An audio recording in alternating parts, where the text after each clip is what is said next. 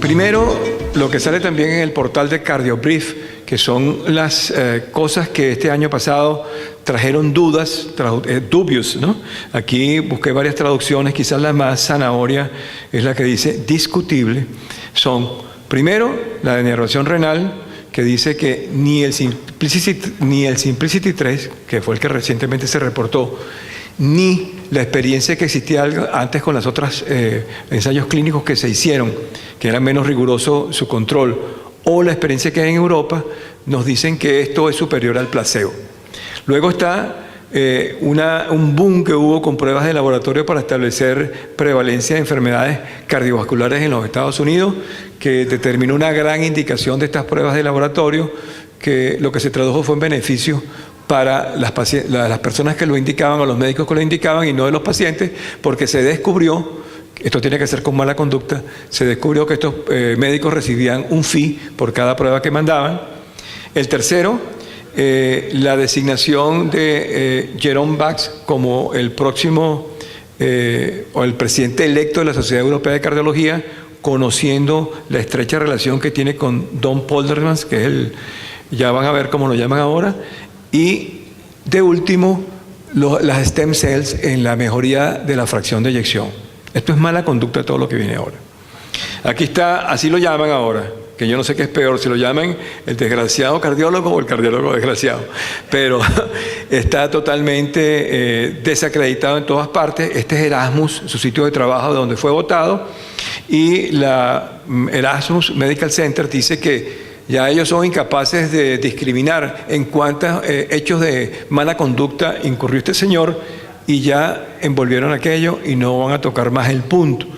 Está en entredicho el Decrease 1 y más aún con la publicación de un trabajo de investigación por un grupo en Inglaterra, por Cole y Francis, que dicen que probablemente la aplicación del Decrease en las guías se han traducido en asesinatos masivos corresponden a 800.000 muertos.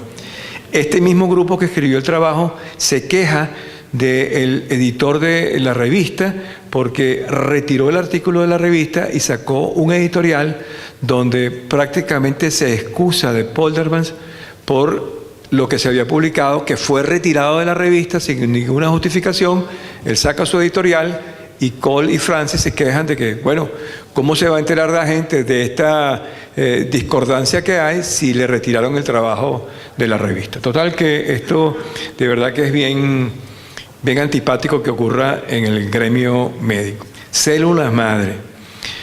Unos ingleses también se encargaron de escudriñar 133 reportes del uso de células madres de médula ósea en cardiología, específicamente en mejoría de fracción de eyección, en 49 diferentes ensayos clínicos, y llegaron a establecer algo bien curioso, que es una relación en cuanto a las discrepancias y los errores y el mal enfoque de lo que son realmente los trabajos y el resultado de estos ensayos clínicos. Mientras más discrepancias tenían los ensayos clínicos, mejores resultados habían. O sea, los reportes de que la fracción de eyección mejoraba en 7.7%, esos ensayos clínicos, que son 5 en total, en lo que ellos revisaron, tienen el mayor número de discrepancias. Y los que no tenían discrepancias tienen un resultado en que la fracción de eyección no mejora, es un menos 0.4%. Esto se une a una revisión hecha por Cochrane, en la cual ellos concluyen que la calidad de la evidencia es relativamente baja después que revisan toda esta utilización de células madres en cardiología, y que se necesitan nuevos ensayos clínicos. Y 2 publicaciones más, una en Circulation y otra en Lancet, una que tiene que ser con Piero Anversa, que es un individuo que tenía mucho prestigio en el Brigham and Women's Hospital y que ahora está totalmente desacreditado, y otra también por el grupo de Francis, que destruye prácticamente al investigador alemán que más tiene tiempo trabajando en células madres, que es Bodo Eckhardt. Y bueno, ya lo saben, pues células madres como que no funcionan mucho en cardiología, y menos las de médula ósea, y menos en mejoría de la fracción de eyección. RCP y desfibrilación automática, de desfibriladores automáticos implantables. Este estudio es bien interesante, es para que tomemos conciencia de lo que puede pasar con un paciente con estos equipos. Analizaron los electros durante la muerte de 125 individuos y se dieron cuenta que esta muerte ocurrió por taquiarritmia. Son electrocardiogramas intracardíacos en el 35% de las pacientes, que en la última hora de sus vidas 24 tuvieron una tormenta rítmica, que recibieron choque en las últimas 24 horas, el 31%, que la causa primaria de muerte por arritmia fue 13%, el 37% fue por insuficiencia cardíaca, que el 52% de los pacientes tenían órdenes de no resucitar, pero el 65% de estos que tenían órdenes de no resucitar todavía tenían el equipo activado y recibieron descarga durante su muerte. Solamente el 3% de los equipos no funcionaron bien. Esto es para que tomemos conciencia que, aparte de indicar órdenes de no resucitar en nuestros pacientes, discutidos con el paciente previamente o con sus familiares, para que el paciente tenga un buen morir, bueno, la falla de estos equipos es muy baja y deberíamos dar la orden y también mandar a desactivar el software que produce la descarga con estos equipos. No el marcapasos, pero sí probablemente el software. RCP y compresiones. Esto es un estudio muy grande de 9.136 pacientes a los cuales se les colocó un dispositivo de impedancia en el tórax y se determinó cuál era el nivel de compresión adecuado para mejorar el resultado. Y fíjense que entre 40 y 53 y 55 milímetros de mercurio están los mejores resultados. Hay una relación directa entre éxito o entre sobrevida y esa profundidad de compresiones, pero el nivel máximo de máxima resultado es el 45.6, un poco más bajo que el que recomienda la American Heart Association. Eso para que lo tengamos en cuenta, que de repente no son 5 o más, sino que debemos estar cercanos a los 4,5 centímetros de profundidad. Con las cosas nuevas que hay, los aditamentos para RCP, eso se puede ver en pantalla cuando uno comprime utilizando el impedómetro. Sobrevida, infarto del miocardio y sitio. Esto es Reino Unido y Suecia.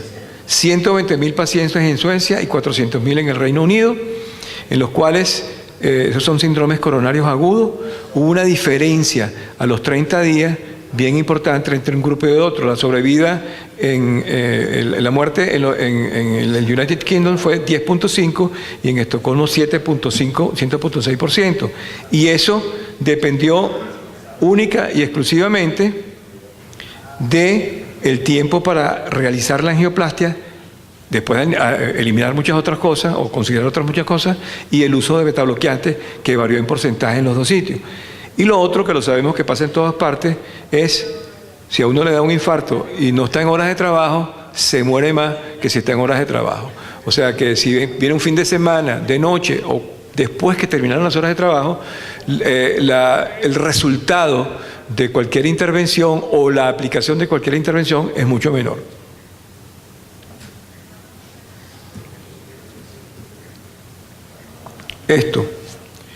Muerte súbita. Estos son 2.156 casos de muerte súbita con de 1994 al 2010 en un sitio terciario de anatomía patológica, con 997 casos consecutivos de muerte súbita con corazón sano. El 61% ocurrieron en hombres. La edad promedio fue 29 años, ocurrió con mayor frecuencia en hombres menores de 18 años haciendo ejercicio, pero la mayoría de las veces fue en reposo. No hubo ninguna relación de presíncope o síncopes previos o historia familiar, y lo único que tuvo una relación algo significativa con cuándo y cómo con corazón sano nos morimos es epilepsia, que estaba presente en el 6% de los pacientes. ¿Y qué pasa cuando estamos en congreso? Que los pacientes viven más. Entonces, es bien interesante este estudio. Se hizo durante los congresos de cardiología en los Estados Unidos, en hospitales universitarios, en hospitales de Medicare, y se establecieron, o sea, se correlacionaron con los días de no congreso, las mismas fechas, o con otros congresos que no fueran de cardiología, y la la conclusión fundamental es que los pacientes de alto riesgo ingresados por insuficiencia cardíaca y paro cardíaco hospitalizados en hospitales universitarios tuvieron una mortalidad a los 30 días cuando ingresaban durante días de congresos nacionales de cardiología menor que cuando ingresaban durante los días de no congreso. Y esto es para que nos dé de entera. Esto es lo que ganan los cardiólogos o los principales ingresos de los cardiólogos o pagos de Medicare en el año. Fíjense que este señor Qamar Azad recibió 18 millones de dólares. Vean hacia abajo todo lo que está en rojo, todos los demás tienen 2 millones de dólares, pero hay 200 que están en el rango del millón de dólares. ¿Qué viene?